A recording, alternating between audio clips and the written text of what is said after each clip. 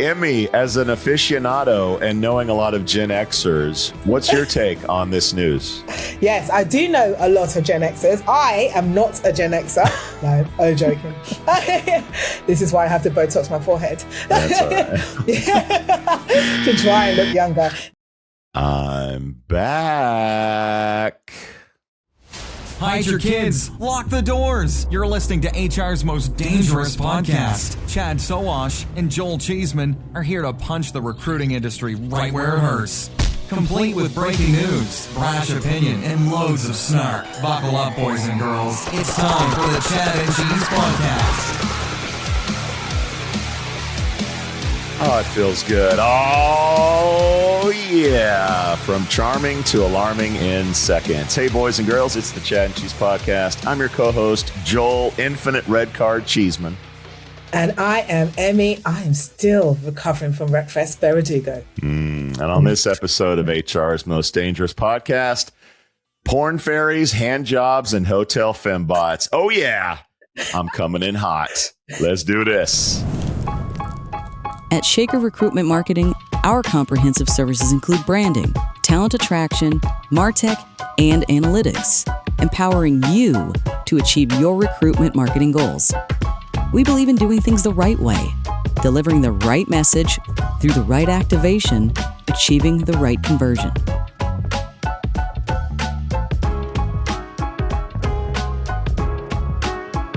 For us, business is deeply personal.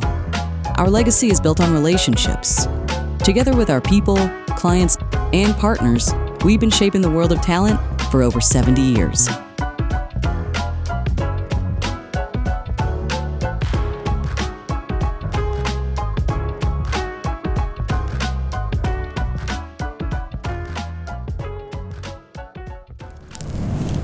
What's up, Emmy?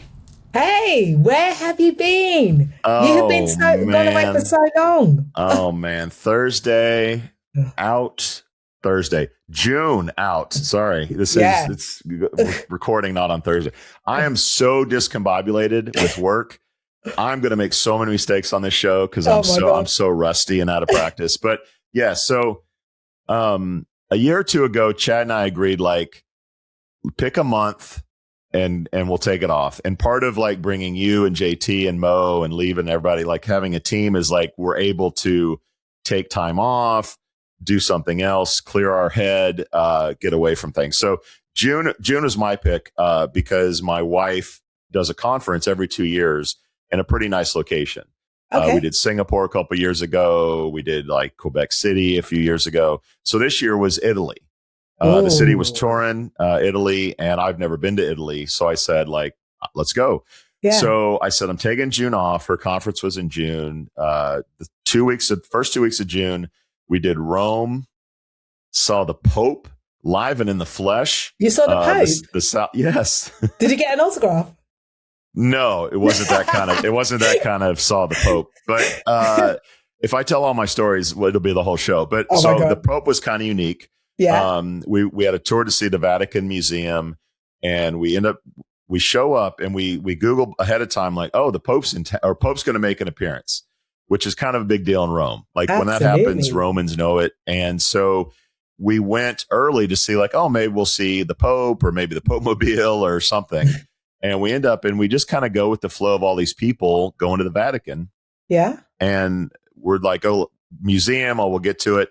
So we end up, there's this big seating area. If you've been to the Vatican, huge seating area. And it's sort of like partitioned off into fours. So probably security. By the way, security is the Pope security. They're in these like weird yellow and blue outfits. They've probably been since the Renaissance, dressed like this. Yeah. But their traditional keeps it going. Anyway, side note.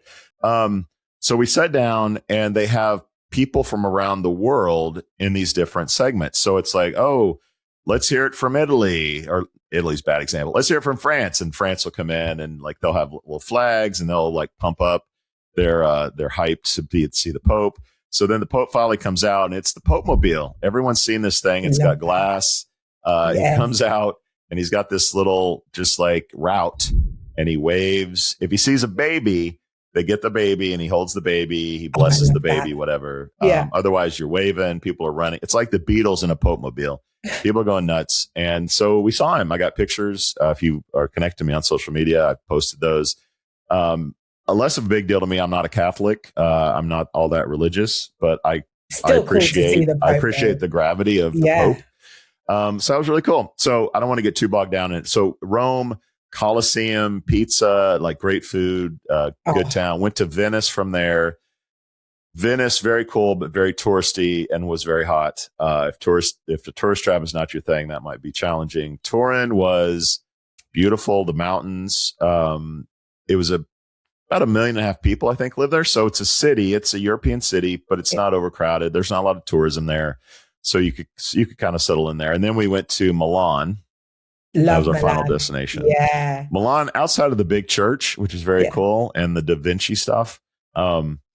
It's beautiful people looking as beautiful as they can and trying to out beautiful everyone else who's beautiful. So it's like a proper fashion show, isn't it? Yes, it's like it's fashion, it's the stores, so that's not really my jam, fashion and all that. So that wasn't a big draw for me. I don't need to go back to Milan. I don't need to go back to Venice. I don't need to go back to Turin.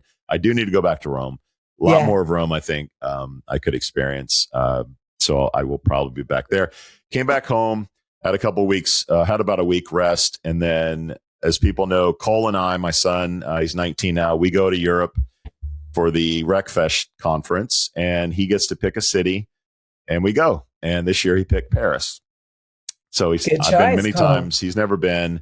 So went to Paris. Of course, it's a heat wave, as you know. You felt this in Britain. It's 100 degrees in France, in Paris, which is really bizarre. It was not fun at all. But we did the sprint, we did the catacombs, the Louvre, Normandy, Notre Dame, Eiffel Tower, like everything you could do in Paris. We did like a full court press and got it all done, and then went to London, where I saw you at RecFest. Yes, you did, which was great. So I'll pass it on to you, how your summer's going, how your June was, July, and of course we celebrated Independence Day here as well. But let's talk about RecFest. What were your takeaways, thoughts? Had a good time. Weather was great. Weather was perfect. It was. I was expecting it to be a bit more of a heat wave because it's been boiling hot over here. It was perfect. It was like I can't convert it into your numbers, but I think it's about 25 degrees over here. And honestly, perfect weather. It was beautiful. It was so much fun. I saw some old faces, met some new friends and new contacts. And I was hosting the Innovate stage, some great people who are on my stage as well. So, it's just one of those events that I just always look forward to. And this year I had one of my friends come with me who's she works in a HR space, has always been to the more, the traditional kind of like HR conferences. I said, look, the buttoned-up conferences. And I was like, I don't know how to explain RecFest. And even if I'm telling you that this is it's almost like a party in a crowd where you're still learning, you're still finding out what's going on about what's going on in the industry, but you're going to have fun. It's unlike anything that you can ever imagine. And she loved it. She absolutely loved it, but anyone who didn't go, please get a ticket next year. Just please get yourself there. It's a fabulous, fabulous day. One of the best events in a kind of HR and definitely TA calendar. Here at the Chad G's podcast, one thing that we love is obviously you watching, but also like and subscribe. Wow, that's a pitch. If that's not an endorsement, I don't know what is. And if you're a lot of our listeners in the States, if you can't make it over to London, come to Nashville. Absolutely. Year 3, I think, of Nashville, and it's starting to gain some nice traction. It'll never quite be Nebworth with the Ferris wheel and like the on-site land mass that it is, but it's a totally different animal.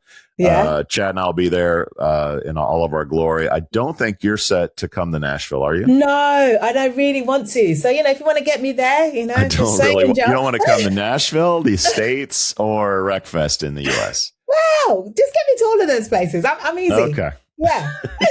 Well, speaking of coming to America, World Cup, England's still in it. I assume that's who you're rooting for. Of course. Of course. Yeah.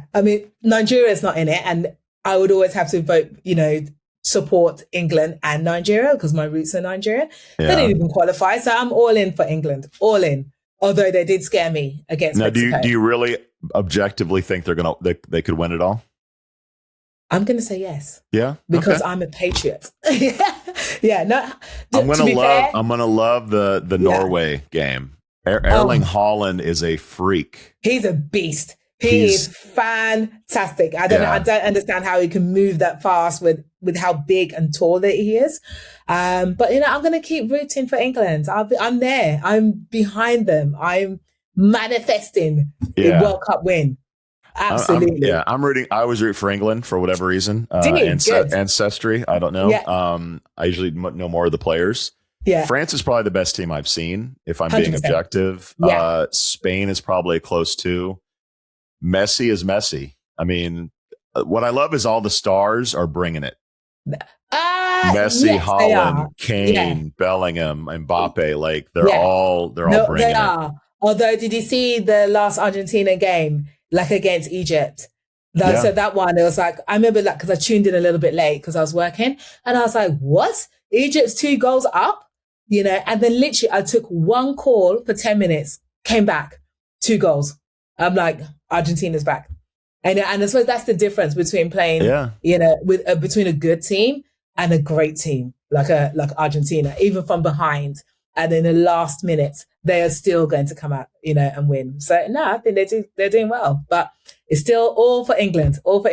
Yeah. The cream always rises in the World Cup. Like as much noise as we make about like this, the US is here and, the other teams like, okay, it's Argentina. It's England. It's France. But talking about the US though, what about Trump trying to rig the the US? Like so when you travel overseas, although Europe is sort of obsessed with Trump and the US, it is nice to unplug from that and not have to worry about it. So I had a good time of like just not watching the news, not watching industry news, political news, whatever.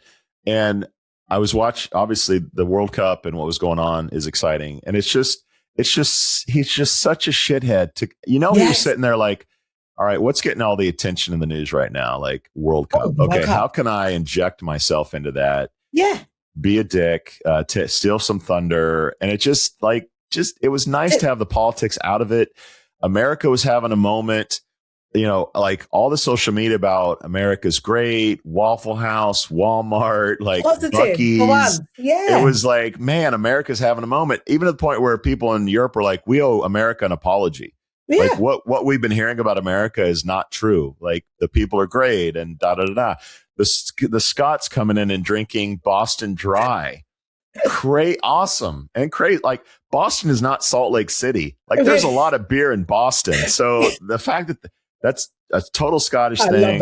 Love that. So it was just great. And then shithead had to come and like get his nose in things and like, I know about sports. I'm really good at sports. And that wasn't a red card. And now he's in Europe telling Europe what to do and give me Greenland. And the Iranians went from like very, very intelligent people. The new regime was much different, much more affable to us, and now they're like the devils now. So it's just whack. It's unnecessary.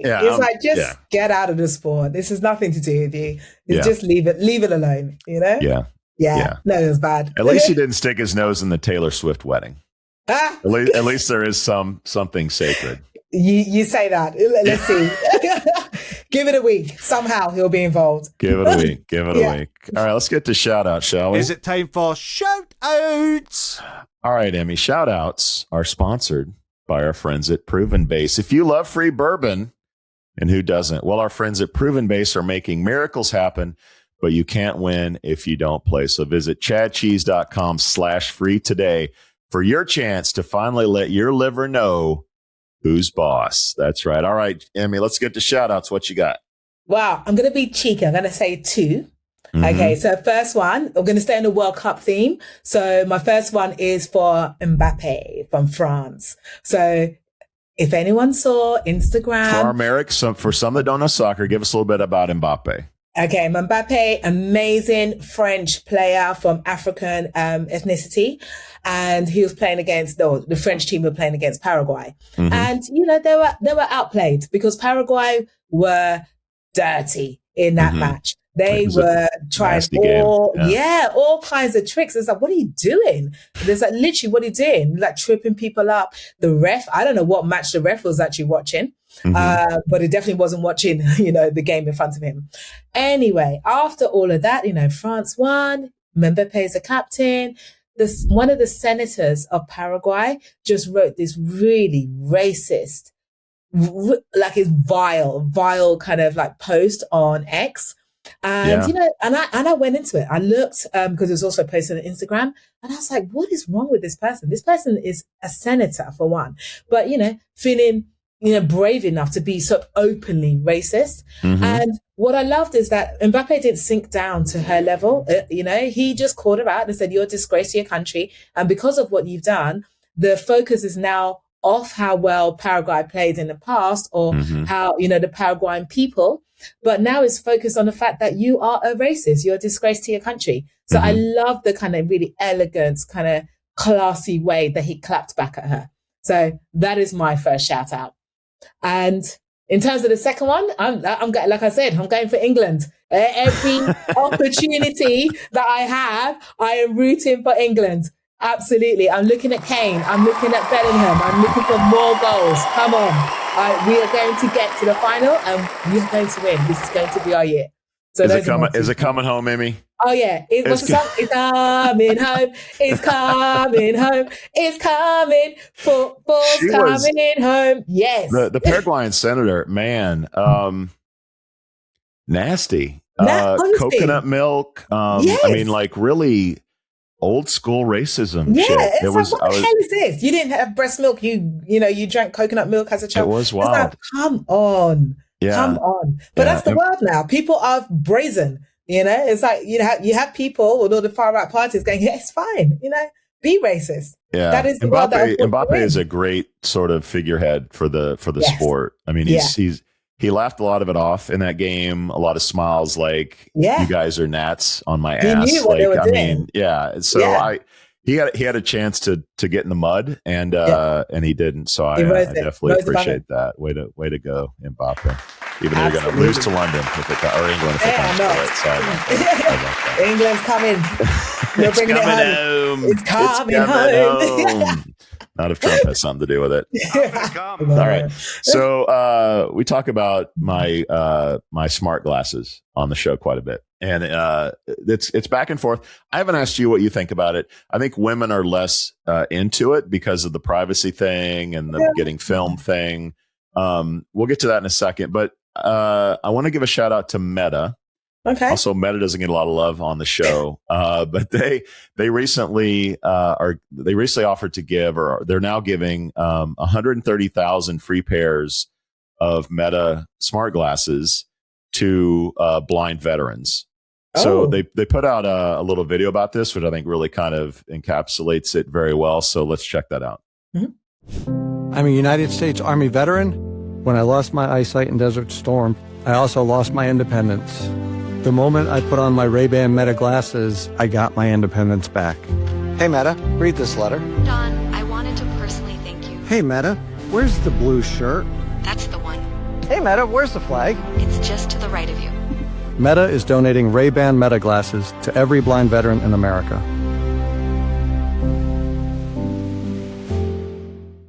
So I don't know, hate on smart glasses if you want, hate on Meta if you want, but this is good Meta. This is a good thing. I never really thought about what Meta could do to someone who was someone who was blind or someone who was disabled.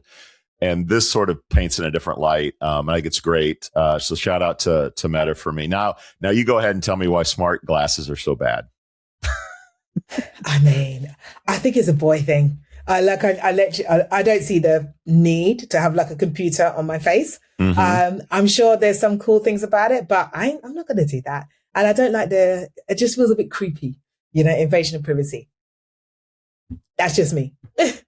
So when I have them on and I'm talking to you, are you freaked out? Are you creeped out? Are you, do you even notice? No, I don't know this. I thought they looked really cool, kind of aviator style glasses. To be honest, I was going to compliment you on them. I was like, yeah, they look cool. Oh, but so no, you get away with it. Yeah, they've helped. They've been great for me. If they can help blind people of all kinds, including veterans, so I think that's great and good for Meta for giving those freebies away. Oof! Events. Where are we going, boys? Well, we just talked about RecFest coming up in Nashville in the fall, but more or less taking a little break from travel. I know there's some stuff going on. Wanted to definitely give a shout out to our travel sponsor, Shaker Recruitment Marketing. I know that actually Joe Shaker was in Italy a couple days after I was, so we actually missed each other. That was kind of a little irony there, but. The Cubs, I think, are doing all right. The Bears are going to move to Indiana, which I know he's upset about. But shout out to Joe and Shaker Recruitment Marketing on the travel. If you want to find out where we're going to be, just head out to chadcheese.com. Click on the events to see where we're going. Emmy, are you going anywhere, including your vacation spots? Because I'm always interested to know where the next vacation is. Wow. We are thinking about a long weekend in Spain. So not sure where in Spain, but I just kind of need a little bit beachy kind of holiday. For a couple of days, or Croatia. So it's between the two. And then at the end of the year, back to Brazil. God. I love that country. that country. There's so much more I need to see. Yeah. I need to know how to make Emmy money. God damn, man. Your travel spots are awesome. Honestly, I all my money goes on travel at the moment. I'm just like, oh dear. I think that's becoming common. Like particularly with younger people, like I can't afford a house, I can't afford a car anymore. Like let's just go to Croatia, let's go on vacation. Yeah, let's just see the world. And that's the thing. This is a great thing about being in London because these countries are not that far away. You know, to get to Spain, I'm there in like 3.5 hours, so it's perfect. Direct flights everywhere for you. Yeah, you get to the States and it's one way. Love it.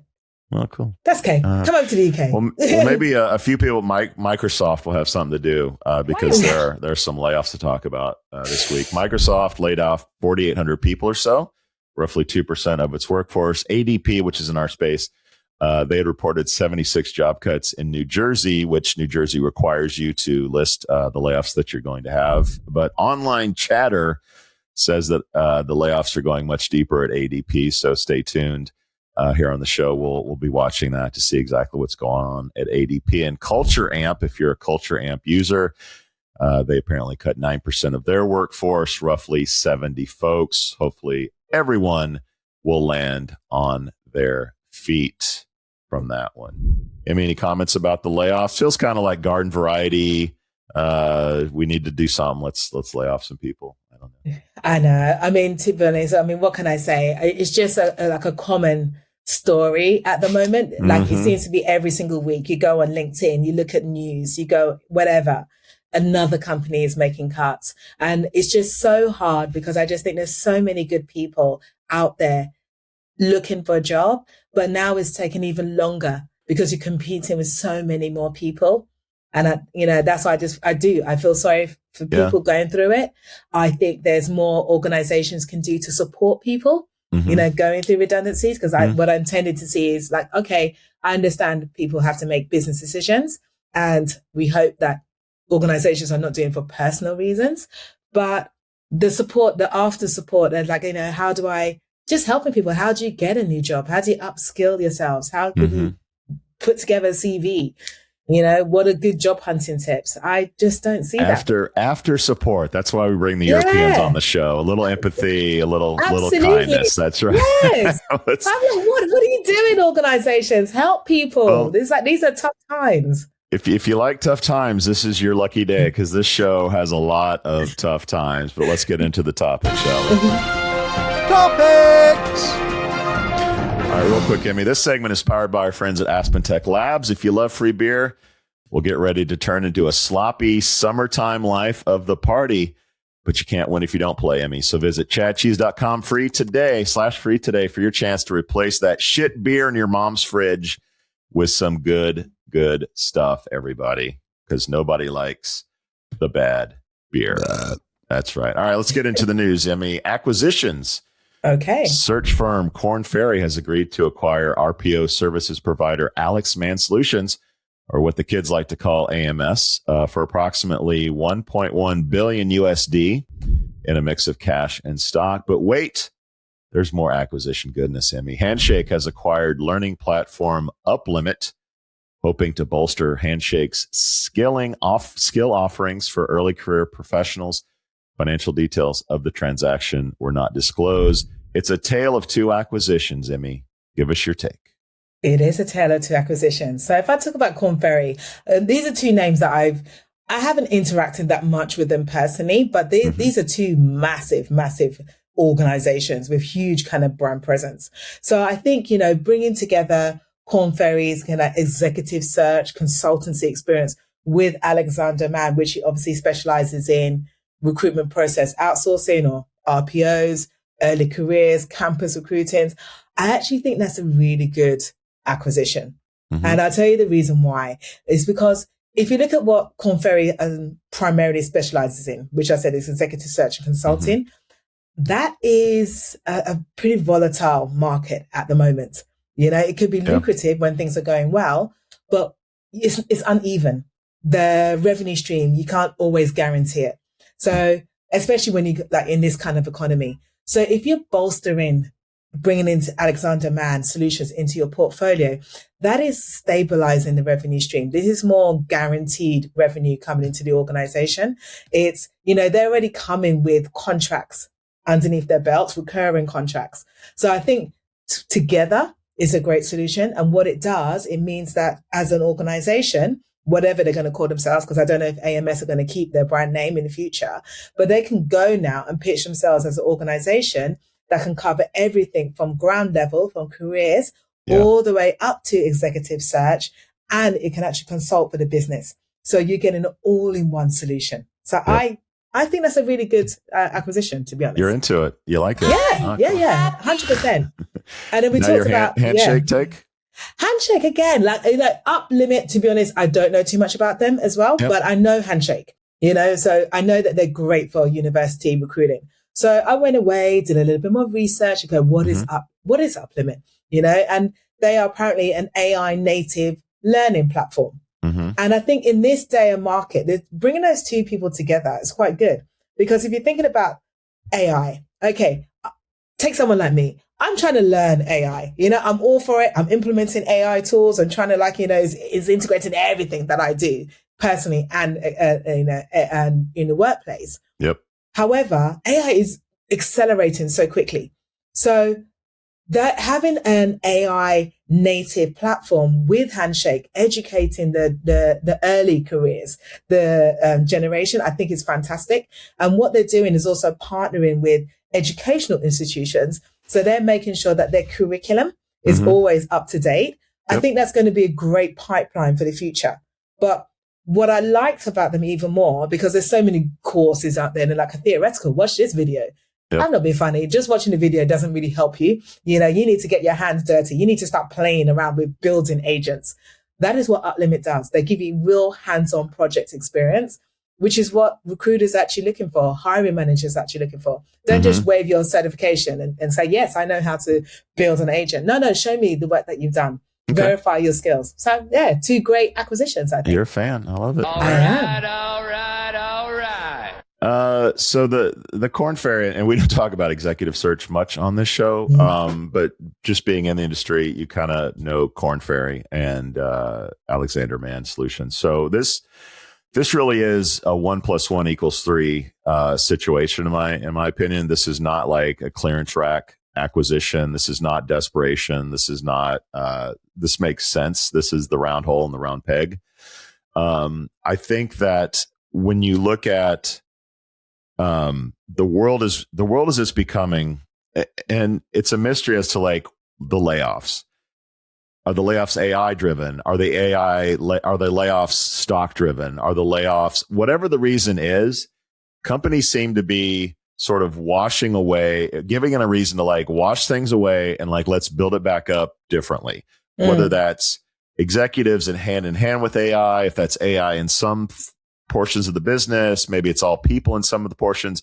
It just feels like companies, and this is a little bit of theme of the show, companies have said like, let's flush some shit down the toilet and then build stuff back and see if we can build it differently for a world with AI. So to me, Korn Ferry is at the right place at the right time.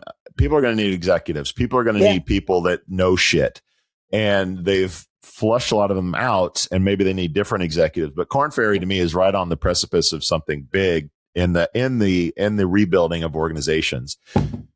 On the flip side of that, you have the RPO and Alexander Mann and what they're doing. So it's a perfect fit, deeper in the funnel, makes sense. Don't step on each other's toes. They complement each other very well. I think that's great. If I'm looking for one negative in this deal, it's the cultures are so different. As I like, Korn Ferry is Mad Men, buttoned up, belts and suspend, like just very conservative, very like no fucking around. Korn Ferry. AMS, let's say a little more loose with the culture and the vibe, the energy. So is it going to be like China getting Hong Kong, where they like Hong Kong is not Hong Kong anymore? They're China, or did they let AMS be AMS? I don't know. I don't know enough about Korn Ferry's acquisition history to say that. I would think that as a big public company, they will eventually absorb. The name will go away. They'll absorb the products. It'll be Korn Ferry RPO or whatever. That will happen. But the culture's clashing. That'd be the only thing I could think about. That might be a grenade down the hallway in this deal. The Handshake thing. Handshake is a really interesting / weird story. They come in and they're like, we're going to do college jobs. We're going to partner with all the schools and get people in jobs, which is a shitty business. These companies that do colleges, they come and go. Colleges change their mind. People, they're attrition in college, like students leave. They want something new and cool. So someone new and cool comes in. So Handshake gets a ton of money. They say, we're going to be the next LinkedIn. And on the show, I said, you're full of shit. And then the next thing they do is they become like this AI training business, because they have all these students that have PhDs and master's degrees, and they go, hey, train the AI and we'll pay you. And this for them is a $1 billion business, apparently. Mercor is their main competitor. Mercor just came out they said they're $2 billion ARR business now. This is a huge, huge opportunity. So like they pivot into that. But I have to think that in the back of their minds, they were like, that dream to kick LinkedIn in the nuts, like, let's revisit that. Bring in this Uplimit thing. And so Uplimit comes along and they are pushing themselves. Let me get this right. They describe themselves as the job and skilling network for the AI age.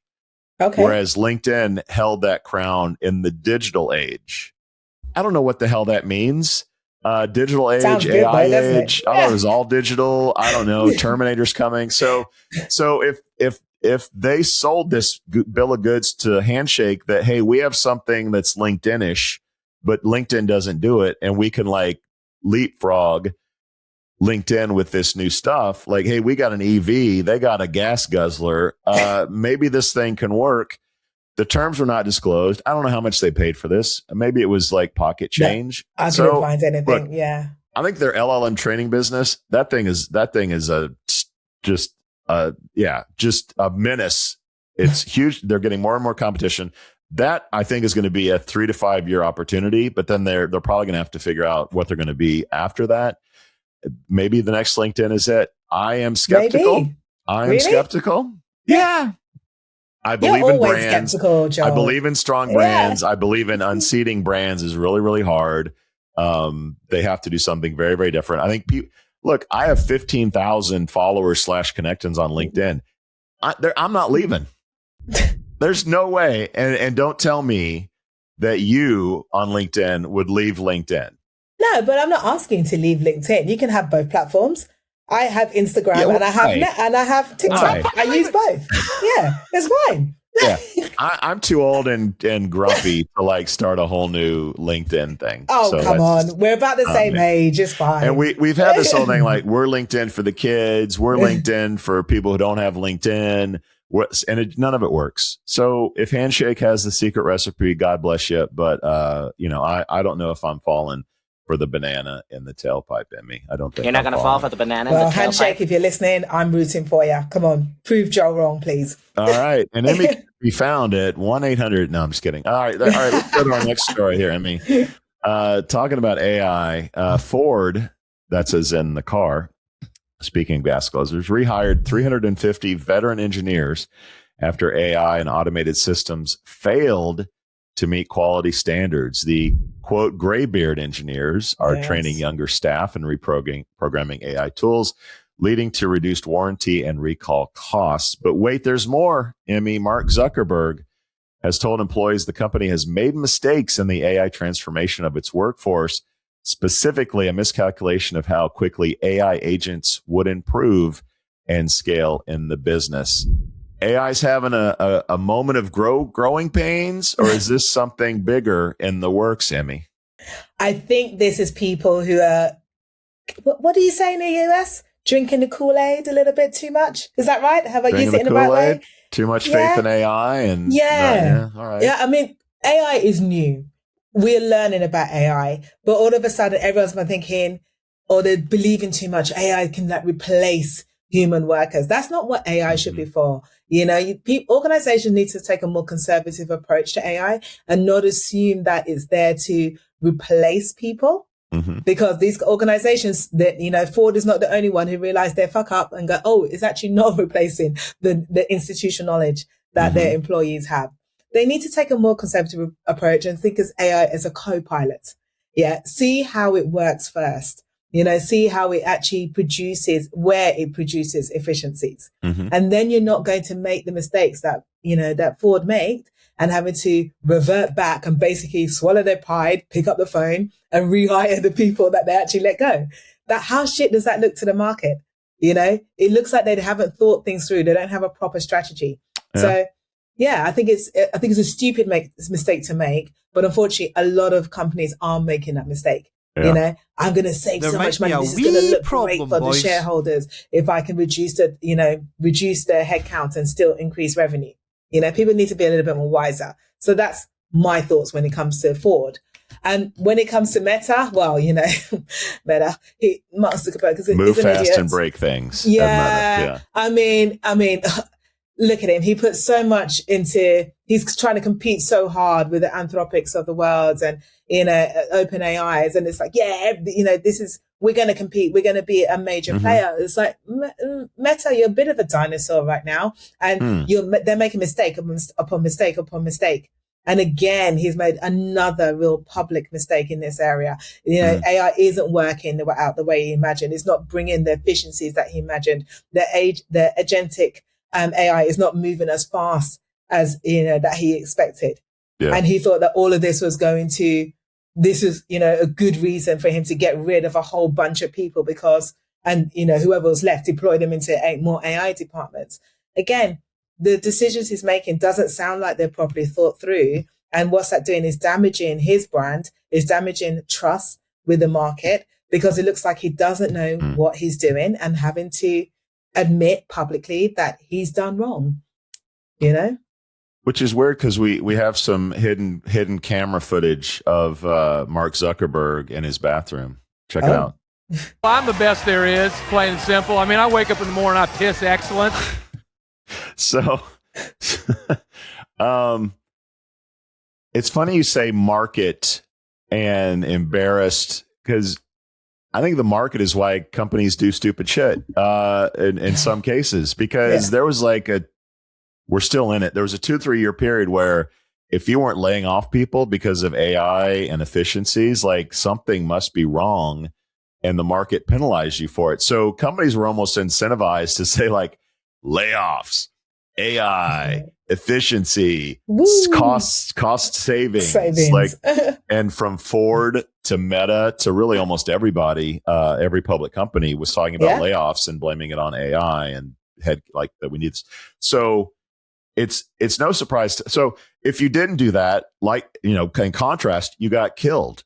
Why aren't you laying off people? Why aren't you cutting headcount? What's wrong with you? It was almost bad to keep people and to keep good people that were there, because AI was going to take every job out there because Elon Elon says so. Yeah. But obviously that is not happening, certainly with every organization, probably not most organizations, which lead us to a little bit of a history lesson, Emmy. Time for a history lesson. So I have a friend who in 2006, 5 or 6 or so, started a business or he had a business of staffing car companies with executives. The car industry, putting together cars is incredibly inefficient and difficult and disparate, and it's awful. So 2008 happened. His business kind of is chugging along, and then 2008 happens. 2008 happens. What happened? The world fell apart. The government comes in and they save the car companies. They say, we'll give you this loan, but you have to do A, B, and C. And one of those things they had to do was they needed to cut the real expensive headcount. So the people that were real experienced, had been there for a long time, they all got buyouts, early retirement, et cetera. They didn't necessarily want to retire, but the company really had no choice because they were taking money from the government. So my friend, he now had this business where all these experienced executives were unemployed, got a big paycheck, still wanted to work, but didn't want to necessarily work a full-time job. So my friend, his business went parabolic because all these car companies are like, we had to lay Joe off because of the deal, but we need Joe back because only Joe knows how to do A, B, and C. So they were willing to pay whatever they had to pay to get Joe back as a contractor. They're paying him more than they were as an employee because to do now the he's same a contractor. Job that he was doing before. Correct. So car company, they're paying Joe. Now they got to pay Joe a lot to retire. And now they're going to pay Joe a lot to come back as a contractor. That's kind of what's happening. Like companies have said, okay, AI, we got to lay people off. Like, oh shit, we need these people. AI can't fix a carburetor or whatever it is. Right. And so now they have to come back and sort of recalculate what the headcount is. And I think we're going to see this in a lot of businesses. People have overshot the AI story. And they're going to have to bring people back. I think it's good for the short term. My question is, now all these experienced people are going to train the AI better, I guess, or more or longer period to then have AI take their job because they've learned everything from Joe, the real experienced guy. But in the short term, I think it's a good thing for a lot of these workers. But long term, you're basically creating the monster that's going to eat you. At some point. But I think also that's the case, something that we talked about before. Yes, the role they have now may disappear, but I fully believe that new roles that we haven't even thought about yet will actually appear. So those people, because they understand AI, they're the experts with AI, they trained those models, they will pivot into another type of role. And they may become contractors, right? They may be like, okay, we know how to train the AI. We'll work with 5 car companies and their AI as opposed to work for one company. Absolutely. So I agree with you long term, more opportunities, more jobs. But for some people will be left behind, but a lot of people that can adapt, they'll do just fine. Do well. For reference, Ford has laid off around 10,000 people in the last year. So potentially a lot more people could be coming back to Ford if this AI adventure proves any worse for them. Guys, we're going to take a quick break. If you like what you've heard, please leave us a review, follow us on your podcast platform of choice. And you can even check us out on YouTube at youtube.com/@ChadCheese. We'll be right back. Done. I think we'll cover speed and hiring. Did somebody say speed? Then buckle up, boys. You're about to learn how to hire fast. Who is that? Vetty Betty. From Vetty, the hiring acceleration platform. Come on, man, keep up. What's up, Betty? Hey, Chad. Vetty makes high compliance hiring easy. Background checks, licensing verifications, and health screenings, all in one place. Real-time updates, no red tape, and no delays. Hiring managers can move fast, stay smooth, and close the deal. So they just sit back and watch. Hell, I could watch this all day. That's right. Relax, enjoy the view, and don't lose the hire. It's that simple. With Vetty, it's all taken care of before they can even catch their breath. Best lesson ever. Class dismissed, boys. Vetty. Hiring as it should be. Visit veti.co to learn more.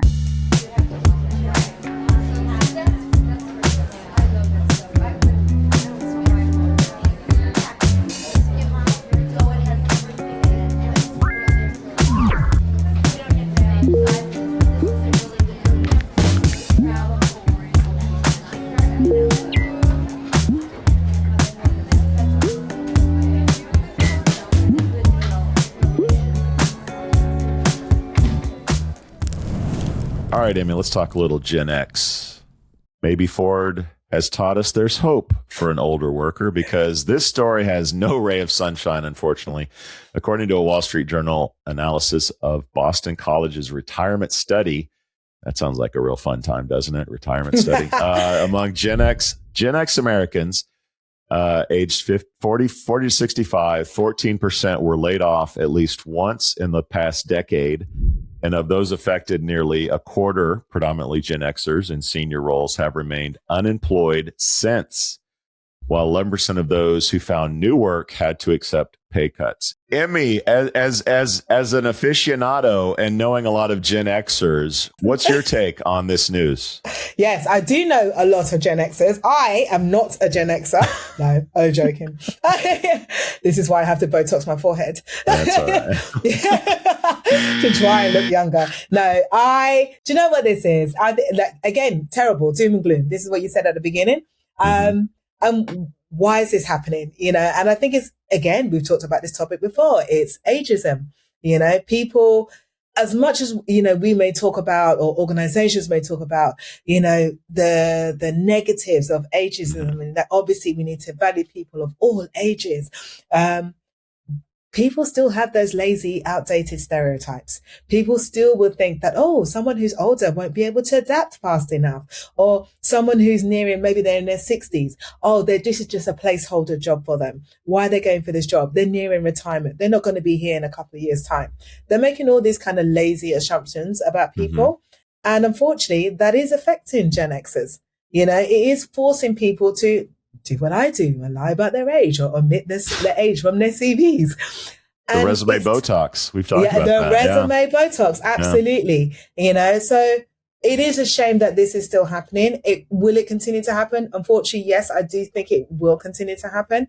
And we're going to see more and more Gen Xers on the market. And I think that if organizations don't I don't know what they need to do. They need to realize that when they're losing Gen Xers, for example, like we said before with the Ford story, those people come with a lot of intellectual knowledge that's built up over years, whether it's like industry networks or, just institutional knowledge that you can't replicate maybe in a younger workforce. That's going to result in massive issues for organizations, especially if they think that, technology is going to take their roles. It's not, Ford has actually proved that doesn't happen. They're having to bring back people. So it is awful. I do hope organizations do change their minds. I do hope that especially the younger people in the workplace, they need to change their mind, because they need to realize that they, at one point in time, will become those people who are affected by ageism.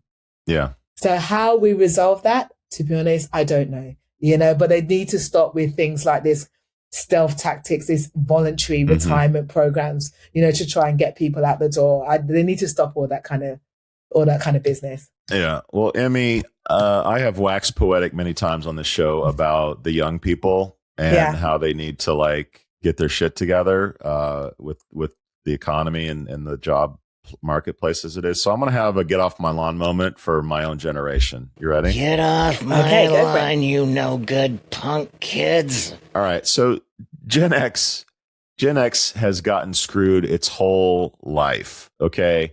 We missed out on the free love of the 60s and 70s. We missed out on punk rock. Sex would kill us as we came into sex having age, because AIDS was going to kill everybody. Drugs was the equivalent of your brains on a skillet getting fried. The .com crash happened shortly after we entered the workforce. We lost our homes from the real estate bust. I could go on and on and on. We've had it tough. But you would think like in our peak earning years, things would get better. But no, we're dealing with aging parents. Our children are growing up and leaving the house. We have a looming retirement. None of us have enough money saved up to retire. And now we're too old for the workplace. But yet we need to work because everything's more expensive. It sucks. But guess what, Gen X? The whole time we've been here, it sucked. And we've adapted and we've survived and we've figured shit out. This is just the next step in figuring our shit out. There are things now that exist that did not exist when we were coming up. Okay. You can learn skills all over the internet. You can vibe code new businesses. You can drive DoorDash. You can contract out the skills that you've gotten. Like don't just expect a job to fall out, out of the sky and on your front door. Like you got to make this shit happen. And the only thing that sucks is time is running out for you. So like now more than ever, you got to get your ass in gear. If you've been unemployed for a decade, I mean, damn, like maybe there's a reason why. And there are people like that. But if you've survived this long in Gen X, you can do it.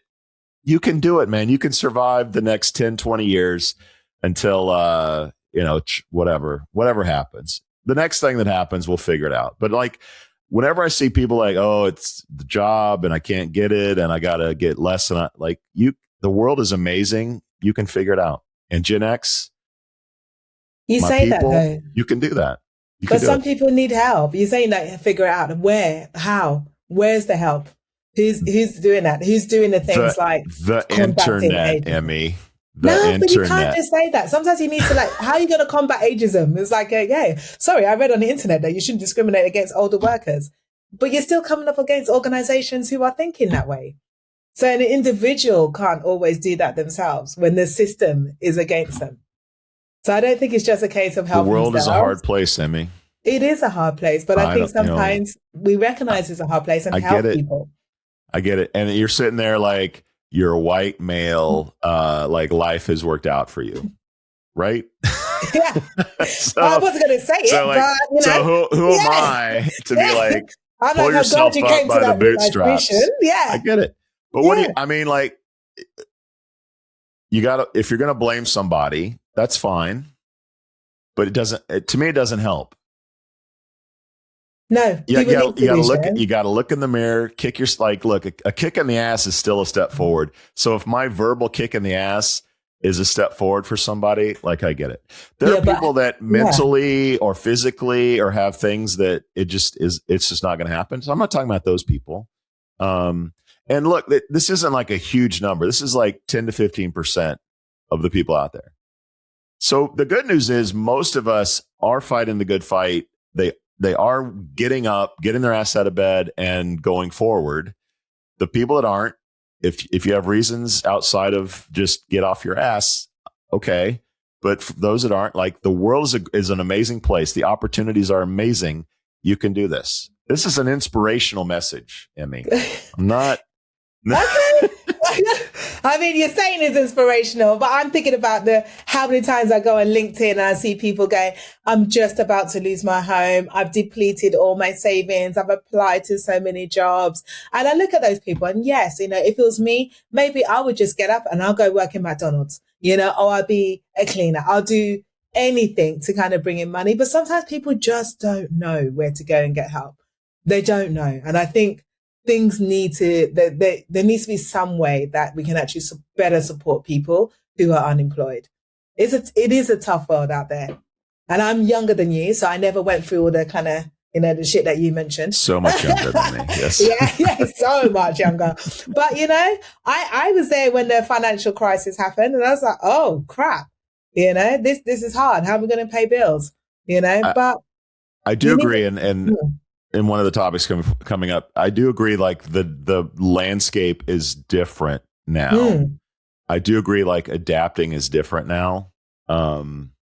It's not just reach out to 10 more people. Yeah. It's not just apply to 10 more jobs. And I think people are scared and confused about what has changed. And I'm not sure there's a good answer. No. So I agree with that. But what are the options? Okay. Somebody inspirational message, Emmy. And I'll underscore it, American inspiration message, not a European inspiration message. So let's get back. Let's get on back track here. It's not just experienced Gen Xers that have issues, Emmy. It turns out the entry level jobs are in the crosshairs too. Scott Galloway now says working from home, not automation, is the real force behind the youth hiring crisis, for example, while others say the whole process is really broken. And you shared this TikTok video, so I'll play that and you can chime in on the other side. Yeah. I cannot explain how complex some of these application processes are. So if I give you an example of a pub chain where they were looking for kitchen porters. So first of all, they say they would prefer you to have 1 year experience as a kitchen porter. I don't know why you need that to wash dishes, but I'm sure they know what they're doing.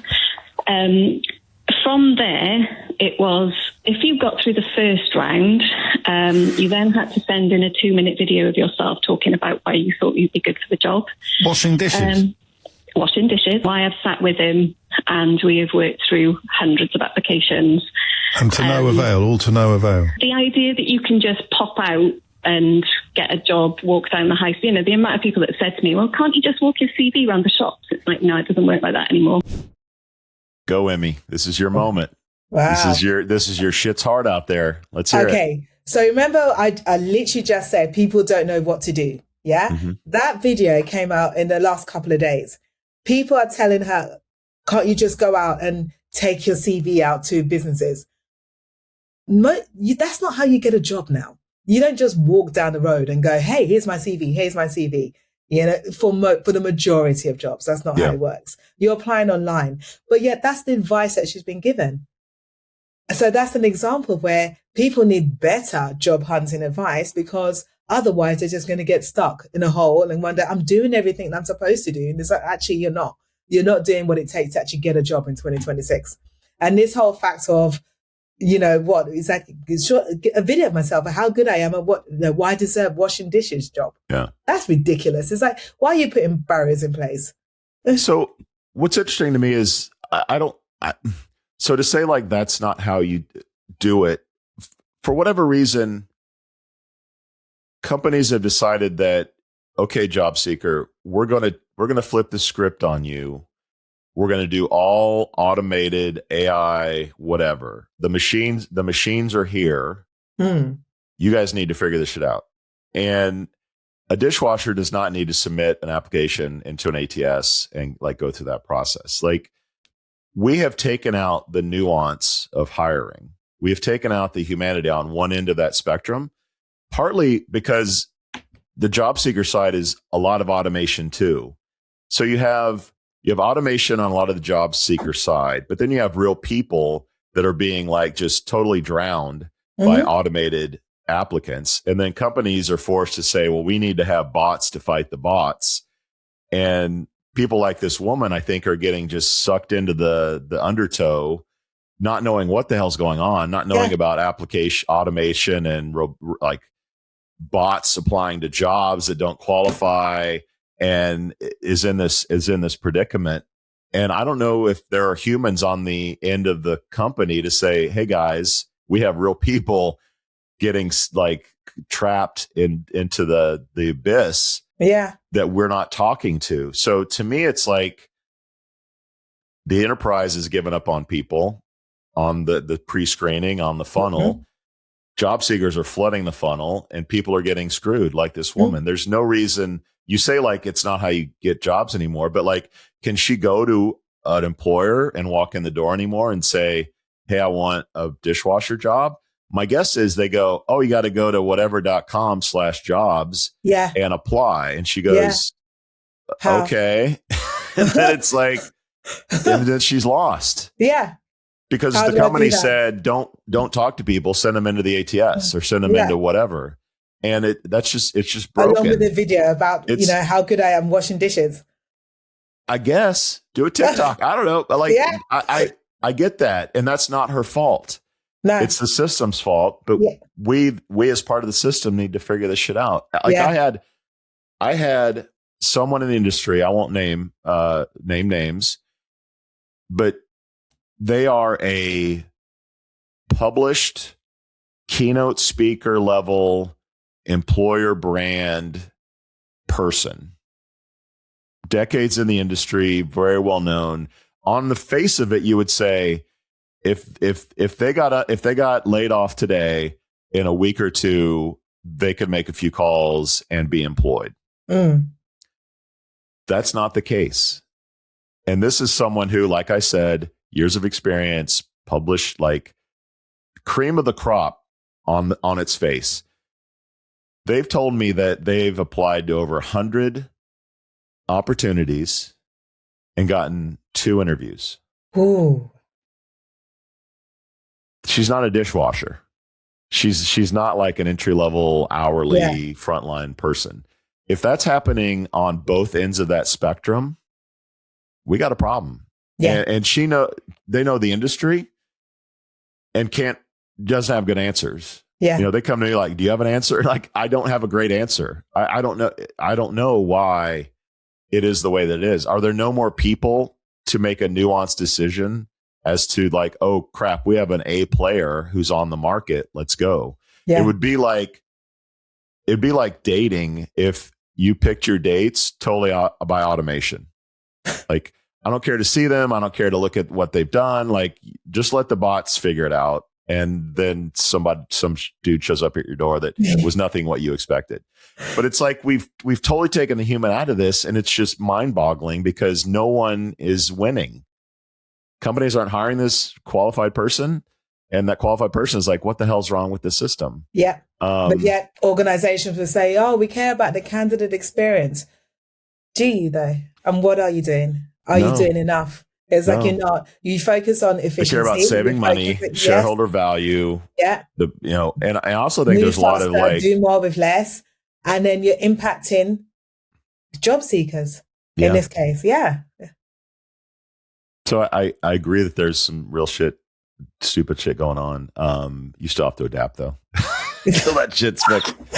On the Galloway stuff, this was interesting. I know I threw it at you pretty late before the show. I don't know if you have any input on this, but so Galloway, who I think is really intriguing. He's not always right. In fact, he's wrong a lot, but he is thought provoking. And his thesis is that, look, work from home has broken the traditional apprenticeship model for entry-level workers. And they've gone from sort of face-to-face engaging, important part of the workforce to being a liability that I have to babysit at a distance. And I would much rather retrain or reskill someone who has been in the organization and that I know than have someone new come in and have to deal with that. And I do think there is some truth to that. He talks about remote onboarding. Think about think about your first employer out of university or your first professional job. How important was onboarding? Yeah, very. Here's the rules, kid. Here's your boss. Here's your coworkers. Super important. If you had to do that from a distance, from a remote location, like how awful would that be? Hand-holding over Zoom doesn't work very well. And I think that there is something to be said for that. I also think proximity builds empathy, builds connection. Little story here, a little more history time. I won't play the soundbite. But when my first job in this industry was a company called eSpan, which became Job Options. Anyway, it was really fun in the 90s to work for .com, wear jeans on Friday. That was like a cool thing. And then every Friday we would have employee breakfast, which meant people would sign up literally to bring in a breakfast. And most people would bring in a casserole. They'd bring whatever it was, right? Yeah. And then me and another guy in his 20s, we said, okay, we got to do breakfast. Let's do it like we would do it. So we brought in like a whole bunch of White Castle sliders and cold pizza, because that's how White Castle slider. So it's a little sandwich, a little cheeseburger. Yeah. You know White Castle? No. Okay. That's not here. So it's a little hamburger called sliders. You slide the meat. Anyway, they're really greasy. They're like late night, drunk, hungover food. The point is, while everyone's bringing in like breakfast casseroles, we bring in cold pizza and cheeseburgers. Love it. Yeah. But it was great because everyone's like, oh, this is the piece that these idiots play in this company. They make us laugh. They're young. They're stupid. Like, okay, we get it. You can't do that in a remote environment. So like, I think that when you lose out on that, it definitely makes it suffer. And I do think that AI is a scapegoat. It's much easier to say like AI is doing that. We don't need those people. We don't need entry-level people versus like the hard work of, you know what? It's really hard to onboard and work with people over Zoom. Okay. So I'm going to have a slightly different view. Sure. Okay. And I'll tell you why. I used to be the same, until the pandemic, I was always in office. The idea of working remotely never even crossed my mind. I just, it wasn't allowed in my organizations. And then I moved back to the UK, joined an organization fully remote, but I had to upskill people in my team. And I was like, how the hell will I do that? How do I do that? But I learned and I was successful and I developed new skills. You adapted. I adapted. I did. Yeah. So what I say now is that, is it harder? Yes. For most people, maybe of our generation, it will be harder because we didn't grow up working in a remote environment. So it's a new skill that we had to learn. But for the younger generation, it's actually not that bad, because they will know no different because many organizations are either hybrid or remote now. So it's just a new skill that managers need to learn, just like everything else, how to onboard people. And you can still create that. It's not the same as you bringing in the cold pizzas, which I think is cool, and I do get like meeting people in person is fun. And it's like, and I love it. I've got people in my team that I've been in my company 4 years. I think I met them 3 times. One of them I met once, and she's in Idaho, but we still have a great bond. We're looking at each other on Zoom and we still have a great connection, and I'm still able to kind of help upskill her.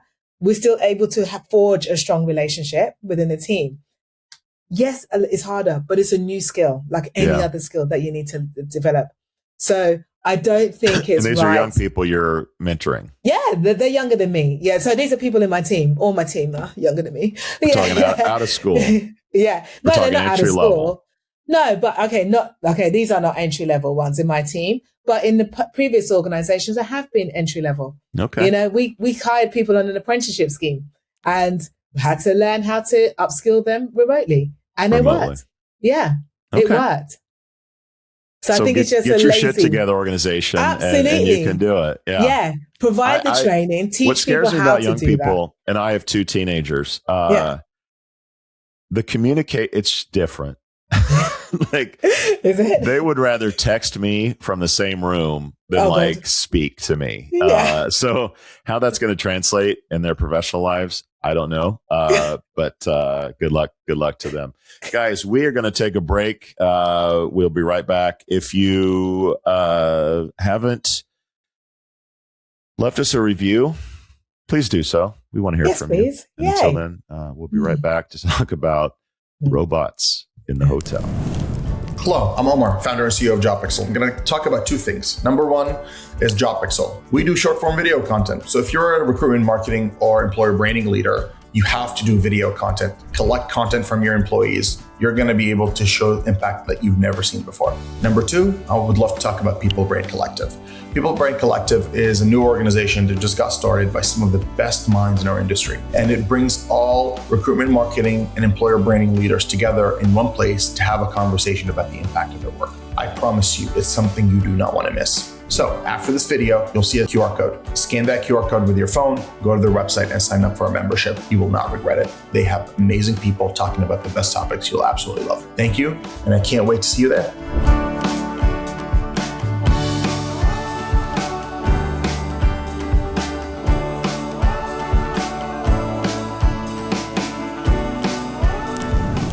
All right, Emmy, this last segment is sponsored by free t-shirts. Who doesn't love free t-shirts, especially when they're from Chad and Cheese? They're like a little hug from Chad and me, a little soft, little tri-blend hug from Chad and me. Anyway, we got Aaron App to thanks for That's that. Selling it, isn't it? The company behind all those red shoes you're seeing on social media. You're not limited.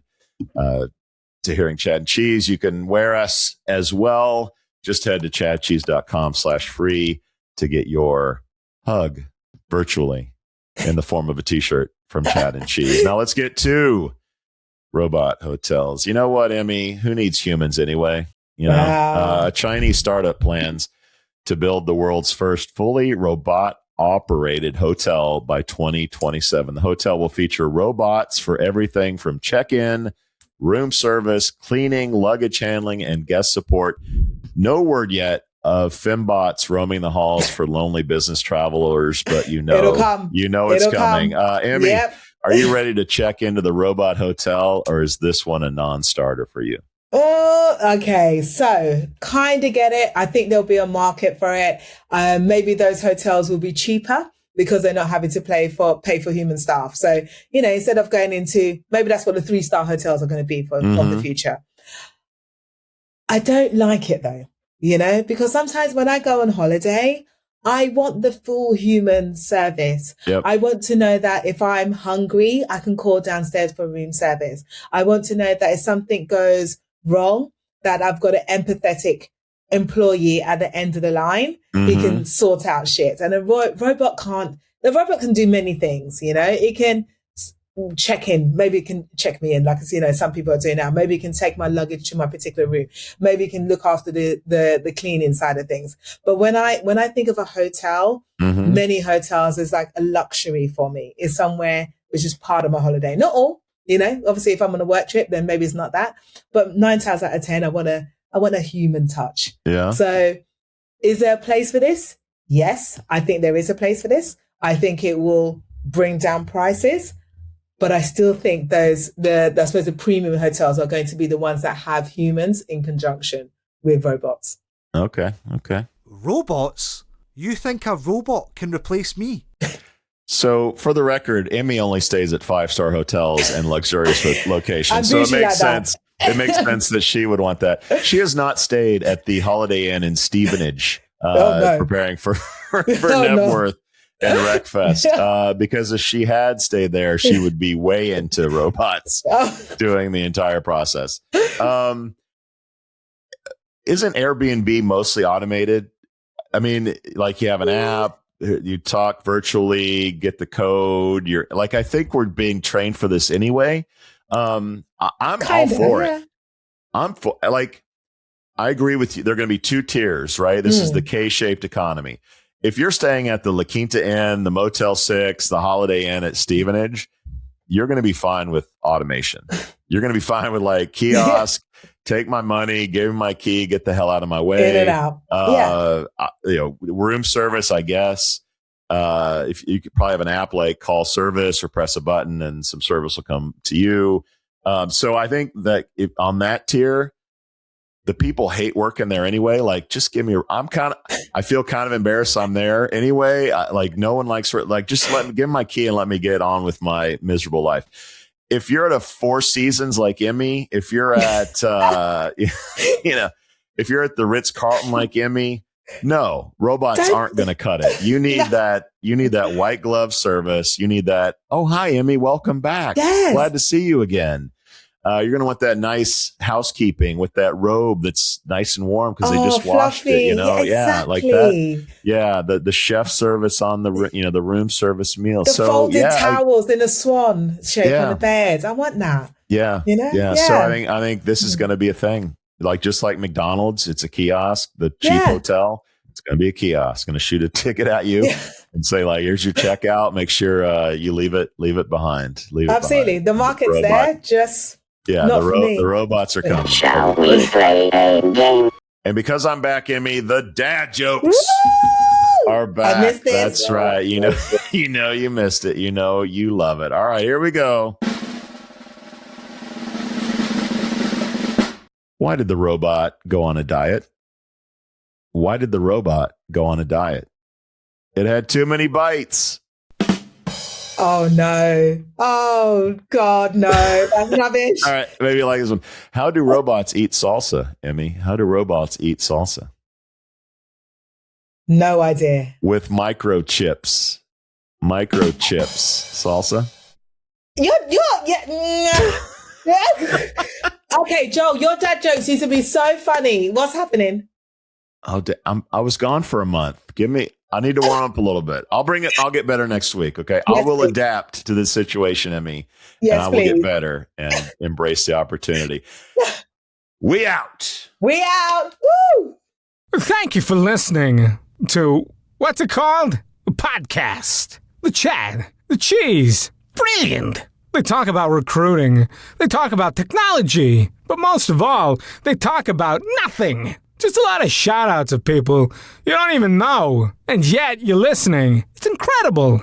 And not one word about cheese. Not one. Cheddar. Blue. Nacho. Pepper Jack. Swiss. So many cheeses and not one word. So weird. Anywho, be sure to subscribe today on iTunes, Spotify, Google Play, or wherever you listen to your podcasts. That way you won't miss an episode. And while you're at it, visit www.chadcheese.com. Just don't expect to find any recipes for grilled cheese. It's so weird. We out!